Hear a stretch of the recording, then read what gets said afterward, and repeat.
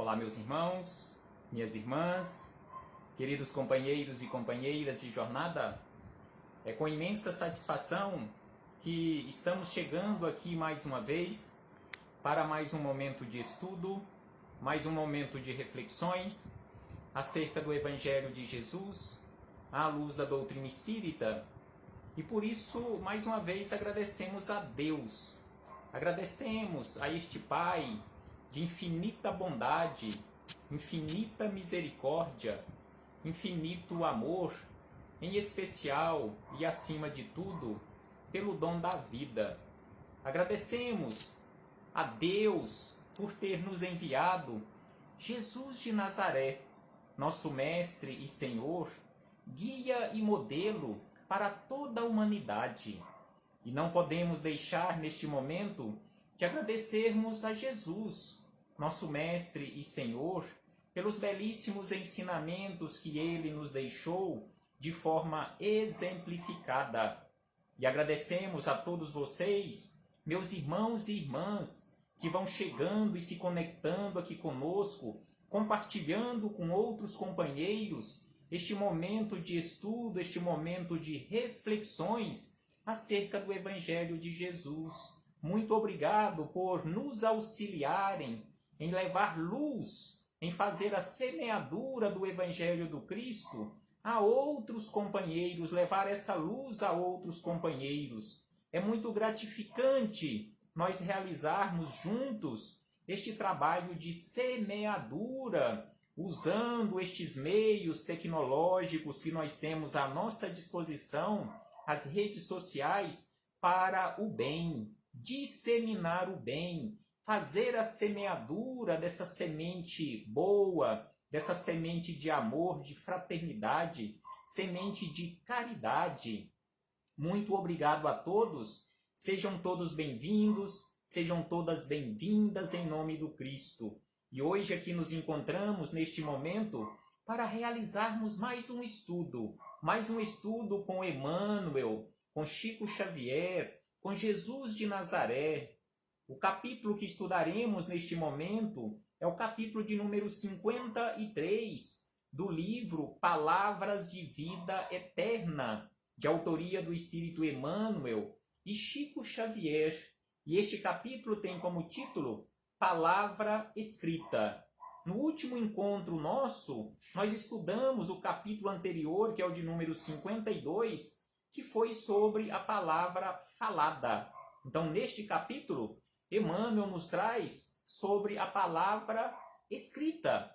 Mas antes de começarmos aqui as reflexões com Jesus, com Emmanuel, com Chico Xavier, com os espíritos amigos que nos dão amparo, sustentação, que nos trazem as boas intuições para o trabalho da semeadura, faremos mais uma vez leitura do livro Pai, Perdoa-lhes, de autoria do Espírito Irmão José, em parceria com Carlos Bacelli. E o capítulo também é o de número 53, que tem como título Não Queiras Ser.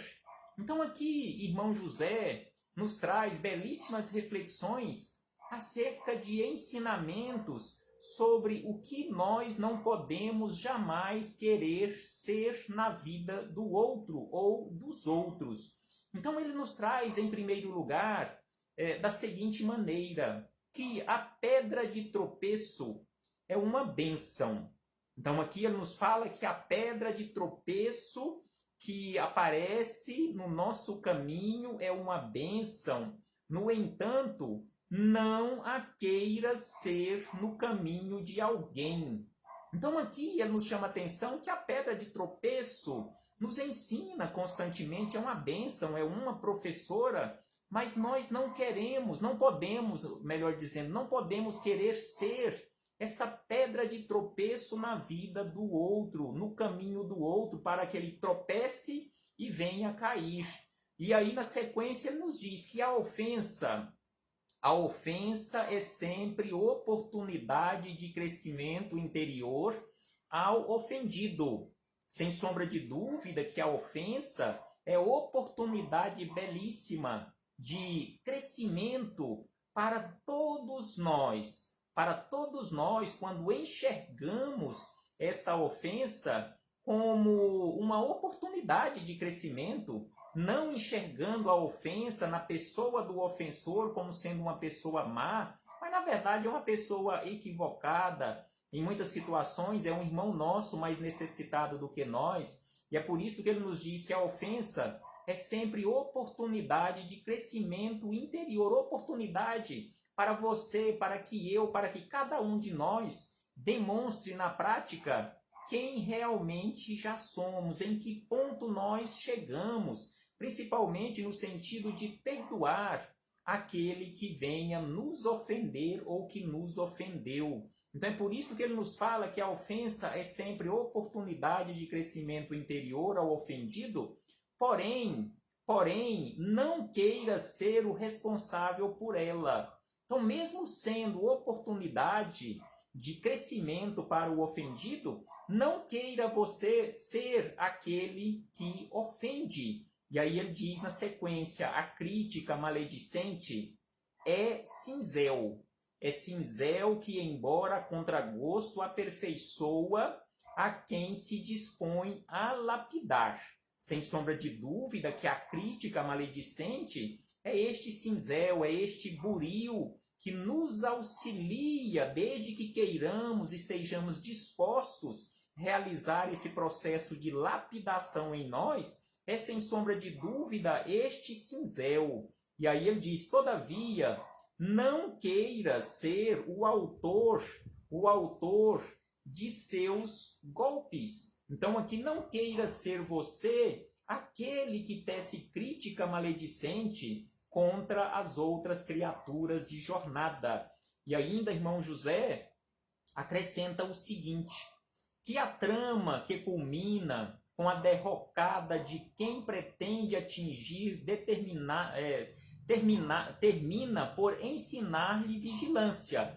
Então, a trama que culmina com a derrocada de quem pretende atingir termina por ensinar-lhe vigilância. Mas não queira ser o instrumento para fazê-lo aprender o que, neste sentido, ele ainda não sabe. Então, não queira ser você aquele instrumento que prejudique a outro ou a outra e que leve o outro ou a outra a esta culminância da derrota ou da derrocada na sua vida. E aí, irmão José encerra estas belíssimas reflexões dizendo, alertou-nos Jesus a respeito da necessidade do mal. Contudo, em tempo e circunstância alguma, na condição de seu agente ativo ou passivo, não queiras promovê-lo na vida de quem seja. Então, não queira ser você aquele agente ativo, na condição ativa ou passiva, que venha prejudicar as outras criaturas, que seja este agente do mal que Jesus nos falou sobre ele, que é preciso que venha o mal, mas ai daquele através do qual o mal venha. Sem sombra de dúvida que é preciso vigilância para que não sejamos o instrumento de prejudicar ou que venha prejudicar as outras criaturas, mas aquele instrumento sempre para a prática do bem. E aí fechamos este parêntese com o irmão José para começarmos as reflexões com Emmanuel. Emmanuel trouxe como referência para estas reflexões do capítulo 53, Palavra Falada, uma frase curta do apóstolo Paulo em sua primeira epístola aos irmãos de Tessalônica, a sua primeira epístola aos Tessalonicenses, no capítulo 5, versículo 21, quando Paulo disse aos Tessalonicenses e a todos nós, até os dias de hoje, examinai tudo, mas tenhais o cuidado de reter apenas aquilo que for bom. Então, examinai tudo, retende o bem. Então, nós podemos, desde que tenhamos equilíbrio necessário e suficiente, nós podemos ter acesso a todo tipo de informação, ler de tudo, mas é preciso passar tudo conforme também nos ensina a doutrina espírita, passar tudo pelo crivo da razão. E é exatamente isto que Paulo nos chama a atenção, chamando a atenção dos irmãos de Tessalônica. E aí Emmanuel acrescenta a estas palavras de Paulo belíssimas reflexões e começa nos dizendo da seguinte maneira: disse o apóstolo Paulo, examinai tudo, mas não se esqueceu de acrescentar, retende o bem. Então aqui Emmanuel já começa nos lembrando que o apóstolo Paulo falou que nós podemos sim examinar tudo, mas não se esqueceu de acrescentar esta belíssima observação de que tenhamos o cuidado, o preparo necessário e suficiente também para retermos o que for bom. E aí Emmanuel acrescenta: muita gente se prevalece do texto para afirmar que os aprendizes do Evangelho devem ler indiscriminadamente, ainda mesmo quando se trate de ingerir os corrosivos da opinião em letras de jornal ou as fezes do pensamento em forma de livro. Então aqui Emmanuel já nos fala de uma forma bem mais dura, bem mais séria, em que muita gente se prevalece das palavras de Paulo para afirmar que os aprendizes do Evangelho, todos nós, aprendizes do Evangelho, devemos ler indiscriminadamente tudo. E aí ele nos fala, ainda mesmo quando se trate de ingerir os corrosivos da opinião em letras de jornal. Então ele fala de corrosivos, que são as opiniões, muitas opiniões que nós encontramos nos jornais. E também ele trata livros que não são bons como sendo as fezes do pensamento, ou seja, aquela parte mais impura do pensamento de muitos irmãos nossos que escrevem livros. Então ele fala as fezes do pensamento em forma de livro. Mas nem todos nós estamos preparados o necessário e suficiente, conforme Emmanuel acrescenta na sequência, para termos acesso de forma livre a estes corrosivos da opinião em letras de jornal e também a estes livros que ele classificou como sendo a parte mais impura dos pensamentos. E aí ele acrescenta, sim, é natural que a mente amadurecida, e prestemos atenção que ele fala que é natural, que a mente amadurecida e equilibrada possa ter tudo, possa ler tudo e tudo observar. Aí ele coloca duas condições para que tenhamos realmente condições de ser natural, que tenhamos, no caso, acesso a tudo, que leiamos tudo e que observemos tudo. Nós precisamos ter a mente amadurecida e equilibrada. E aí ele diz, mas não é aconselhável que as crianças e os doentes, os fracos e alienados potenciais da razão, tudo experimentem e tudo vejam. Então aqui ele fala que as crianças, que aqueles que se encontram na condição de doentes, de fracos ou alienados mentais, ou potencialmente alienados da razão, eles não podem tudo ter acesso, que tudo eles possam ver. E aí ele acrescenta, sabiamente, a lei divina dispõe sobre o assunto, sugerindo o levantamento de zonas indispensáveis à justa segregação.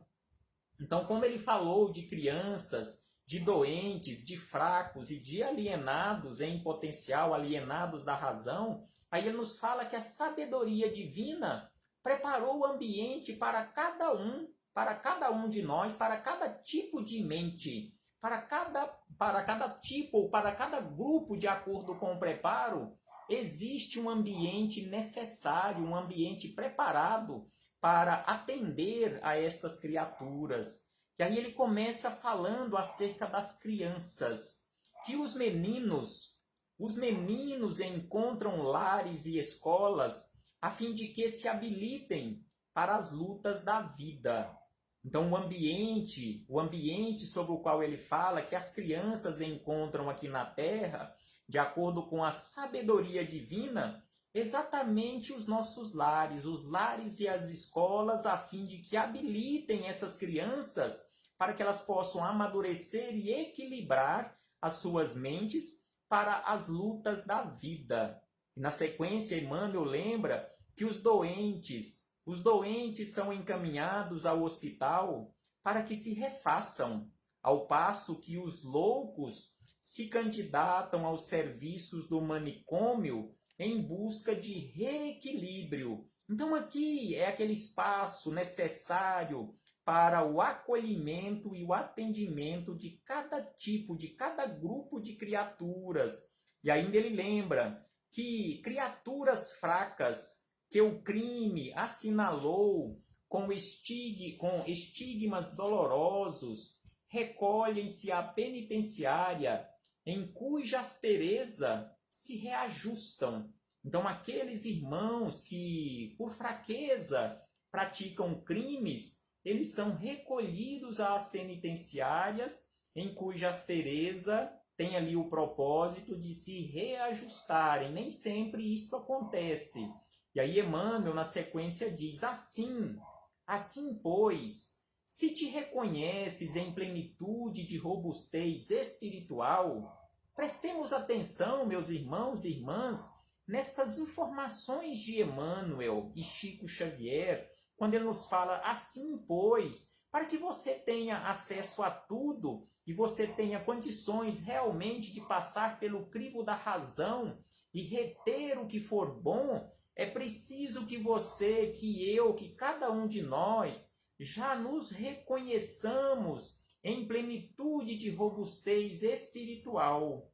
Analise tudo, sabendo que é preciso reter o bem, capaz de ajudar na edificação ou na cura dos outros. Então aqui ele fala que é preciso que nós nos reconheçamos nessa condição de plenitude e robustez espiritual, para que tenhamos condições de analisar tudo, sabendo que é preciso reter o bem, que este bem seja capaz de ajudar na edificação ou na cura dos outros. Será que nós, todos nós, já estamos nesta condição ou já atingimos esta condição de plenitude, de robustez espiritual, para termos condições de acessarmos tudo e sabermos que é preciso reter o bem e que este bem é preciso ser espalhado para edificação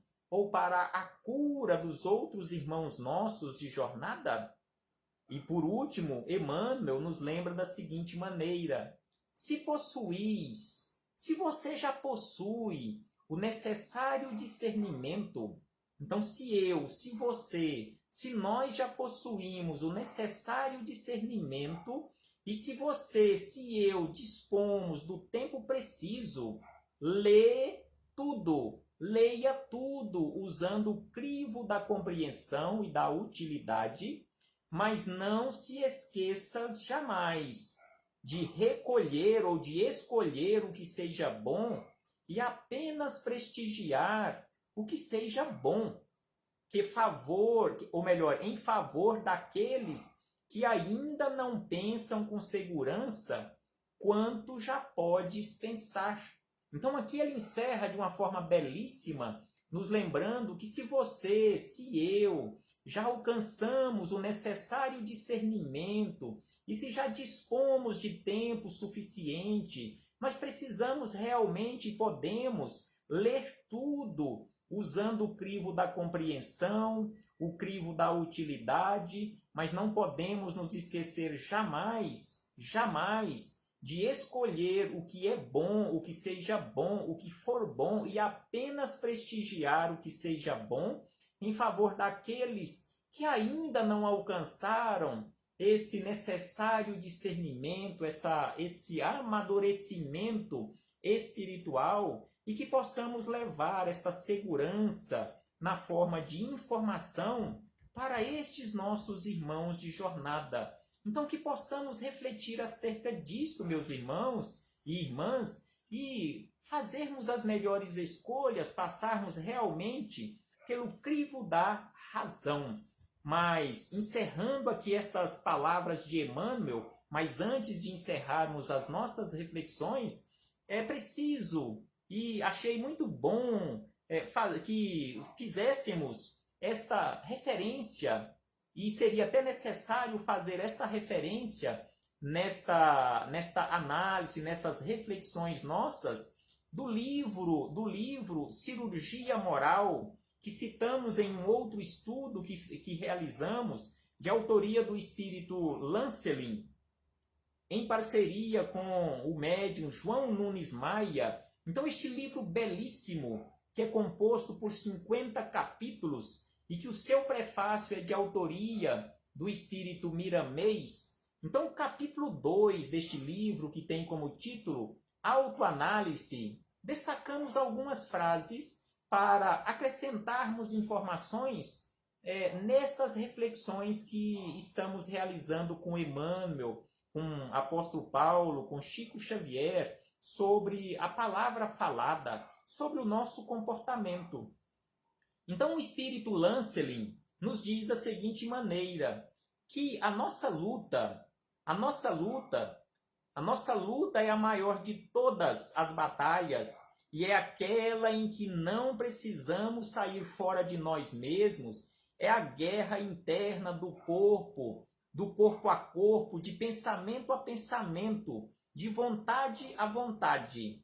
Então prestemos atenção em que o Espírito nos chama a atenção que a nossa maior batalha não é com os outros. Não estamos aqui para guerrearmos com os outros, para batalharmos com os outros. A nossa batalha é no nosso íntimo. E aí ele diz que alguma vez já pensaste na tua conduta, ou na tua conduta, no que tange ao teu dever ante a sociedade, no seu comportamento perante a sociedade? E aí ele diz na sequência o seguinte: a observação de nós mesmos é trabalho importante na importância da vida. Então prestemos atenção que o espírito Lancelin nos fala que a observação de nós mesmos é trabalho importante na importância da vida.